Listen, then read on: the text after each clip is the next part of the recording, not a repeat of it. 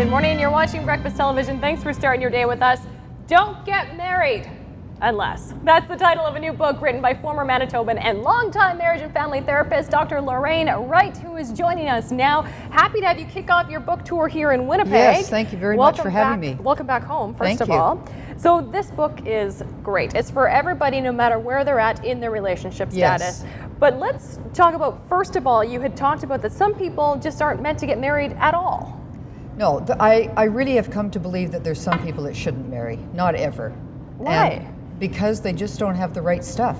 I mean, there's just, and especially in our North American culture, there's just too many people that are too self-absorbed, too immature, and really don't know how to give their love away. The biggest thing about being able to be in a partnership that's equal is about being able to give your love away, not waiting for love. And most of us are waiting for love or praying for love or longing for love, but unfortunately, we have to learn to give our love away. It's a very different phenomenon. That is true. Yes. A lot of people sit around thinking, when is he going to come around? When is she going to come around? Exactly. But that's an interesting take. And what about those that think that they have found their partner? They think they're ready for marriage, but they're not always ready. Right. Well, you know, I've done about 35 years of marriage counseling now, and one of the things I always ask couples is, how did you come together? I'd like to know about their courtship history. And when I learn about their courtship history, so many times, sadly, I realize they shouldn't have never married in the first place.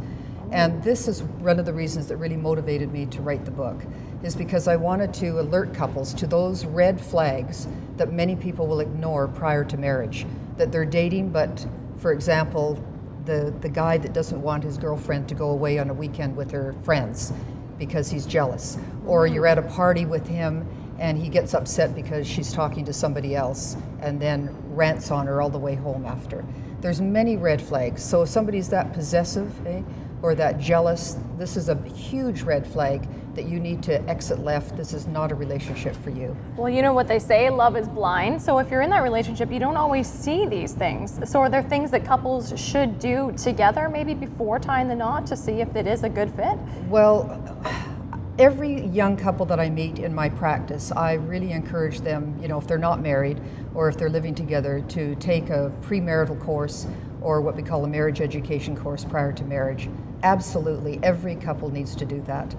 We do it for everything else. We take driver ed courses, we take courses for everything, but we don't want to, you know, oftentimes learn about a course for marriage. I can't emphasize that enough. And even though I'm counseling couples, I still encourage them, you know, if they're not married, to go and take a course. It just helps you to know, not if you're compatible, no couple is completely compatible, but it helps you to know where will the issues be. Okay? And one question I love to ask every young couple about to marry is, where are you going to spend your first Christmas? Oh. Because where you're going to spend your first Christmas sets the tone. If you expect that you're going to be with your family every year on the first Christmas, and he expects, no, we're going to go, you know, to Germany to my family every year, already you know what some of the issues are going to be. Wow, that is amazing foresight, actually, looking to the future. And also advice for people that are already married. Absolutely. So the last 3 chapters are, if you're already married, I've got 3 pillars that every couple needs to do that will absolutely fortify your marriage. And the first one is spending regular time together. When I see couples that are in trouble, I always ask them this question: how much are you getting out together? And when couples are in trouble, I find that they are rarely spending time together. It's amazing. Second one is to have regular praise and affection. Regular looking for each other's strengths, commenting on them, looking for signs that they're extending themselves to others or to you.